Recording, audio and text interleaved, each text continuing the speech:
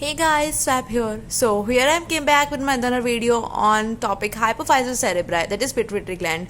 So इस video में हम बेसिकली पिट्यूटरी के एनाटॉमी, उसकी लोकेशन, उसके बारे में थोड़ा पढ़ेंगे.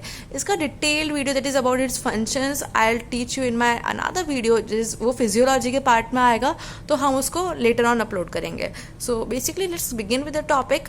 तो पिट्यूटरी लाई करती है हाइपोफाइसियल फोसा में of sella turcica in middle cranial fossa. That is middle cranial fossa में एक you just see when you see the skull then there is a middle cranial fossa. उसमें अगर आप जाएंगे तो सेंटर में एक सेला टोर्सिका लोकेशन है. सेला टोर्सिका में हाइपोफाइसियल फोसा होता है, वहाँ पे पिट्यूटरी लाई करती है.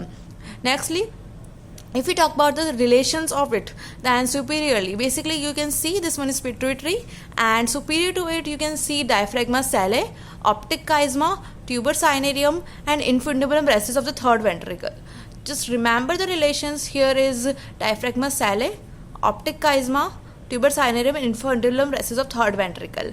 Inferiorly you can see, if the inferior of this pituitary, what you will see irregular venous channels, hypophyseal fossa, that is hypophyseal fossa where pituitary lies, and it's also the sphenoidal air sinuses. Just imagine the cranial cavity along with this, and on each side, like this is pituitary, and on each sides, medial, lateral sides, both sides आपको मिलेंगे cavernous sinuses. So both sides इधर cavernous sinus मिलेंगे. And next if we talk about the pituitary, तो pituitary को दो part में divide कर सकते हैं हम, that is adeno hypophysis and neuro hypophysis. Adeno hypophysis that is basically we call anterior pituitary, and neuro hypophysis is basically posterior pituitary. So anterior pituitary जो होती है वो डेवलप होती है Rathke's pouch. Basically Rathke pouch एक development के time पे Rathke's pouch convert होता है पिट्यूटरी में later on, anterior pituitary. And posterior pituitary basically develops from the floor of diencephalon. Diencephalon is a part of brain. So you can see, just remember this diagram. This is here, it is anterior pituitary, this part is posterior pituitary, this infundibulum pars posterior, in this posterior part, posterior pituitary, this is pars posterior. This cleft you are seeing, basically what's this cleft? This is a basically remnant of the Rathke's pouch. Rathke's pouch जैसे anterior pituitary बनती है, but उसका कुछ remnant, Rathke's pouch का भी कुछ remnant रह जाता है, उसी को हम बोलते हैं cleft. It is basically the remnant of Rathke's pouch. And now if I talk you about the arterial supply, तो पिट्यूटरी में बेसिकली दो आर्टरीज जाती हैं, that is superior artery, that is superior hypophyseal artery and the inferior hypophyseal artery. So दो arteries जाएंगे pituitary में, superior hypophyseal artery and inferior hypophyseal artery.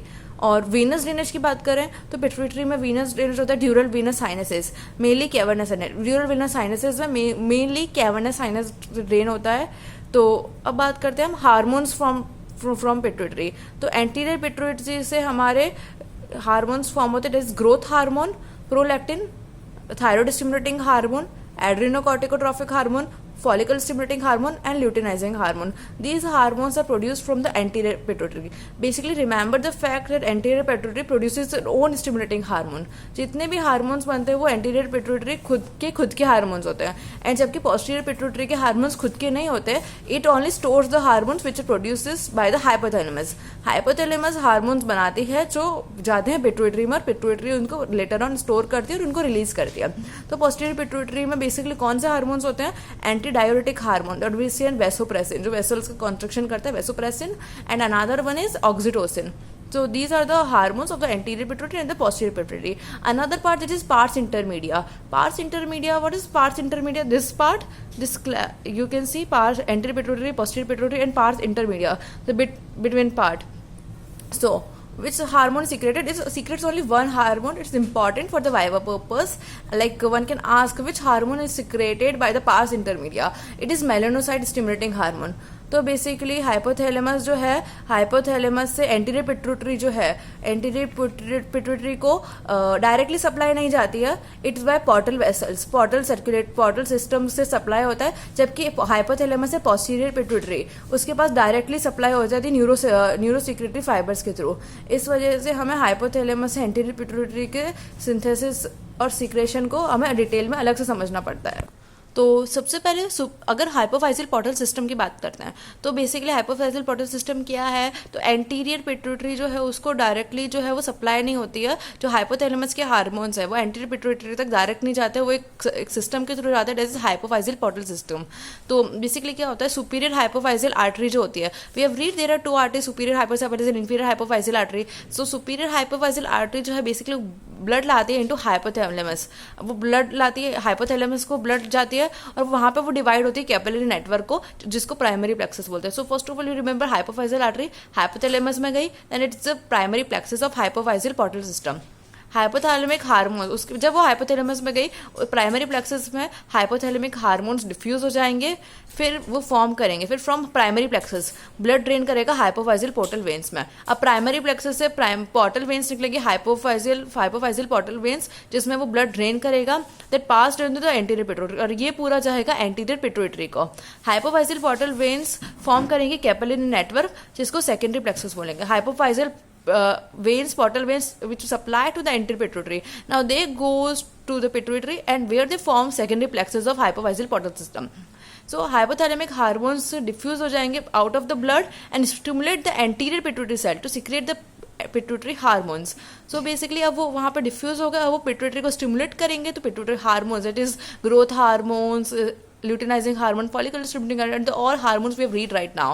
So these hormones they stimulate into secondary plexus capillaries. So from secondary plexus capillaries, pituitary hormones drain into the hypophyseal veins and out into general circulation. Secondary plexus से वो pituitary hormones drain करेंगे hypophyseal veins में और वो out हो जाएंगे general circulation. वहाँ से भी अब anterior pituitary से भी उनको आगे जाना है ताकि वो सप्लाई कर सकें, तो वहाँ से hypophyseal veins निकलेंगे जिसके थ्रू वो general circulation में जा सकते हैं, और these hormones then travel to the target tissues throughout the body. So here we have done with the hypophyseal portal system and the all pituitary. Rest the functions and detailed function of it we will cover in the physiology. So if you have any doubts, queries, then you can ask me in the comment section, and just bye bye, see ya in the next video. Lots of love.